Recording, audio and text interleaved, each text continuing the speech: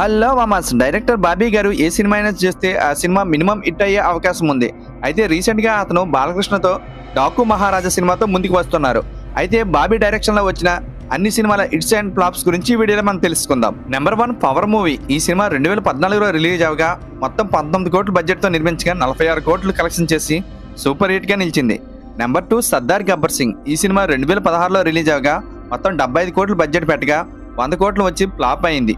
Number 3 జై లవ కుశ. ఈ cinema 2017లో release అవగా 45 కోట్ల బడ్జెట్తో నిర్మించి మొత్తం 175 కోట్లు వచ్చి సూపర్ హిట్గా నిలిచింది. నెంబర్ 4 వెంకీ మామ. ఈ సినిమా 2019లో రిలీజ్ అయి 35 కోట్ల బడ్జెట్తో రాగా 72 కోట్లు వచ్చి సినిమా హిట్ అయింది. నెంబర్ 5 వాల్తేరు వీరయ్య. ఈ సినిమా 2023లో రిలీజ్ అయి 140 కోట్ల బడ్జెట్తో నిర్మించగా 236 కోట్లు వచ్చి సూపర్ హిట్గా నిలిచింది. నెంబర్ 7 డాకు మహారాజా. ఈ సినిమా జనవరి 12న రానుంది. ఈ సినిమా అప్కమింగ్ మూవీ. అయితే ఈ సినిమా ఎన్ని కోట్లు కలెక్షన్ చేస్తుంది అనుకుంటున్నారో కామెంట్ చేయండి. బాబీ డైరెక్షన్ లో మీకు ఏ సినిమా అంటే ఇష్టమో కామెంట్ చేయండి. Please like, share, subscribe. Please support.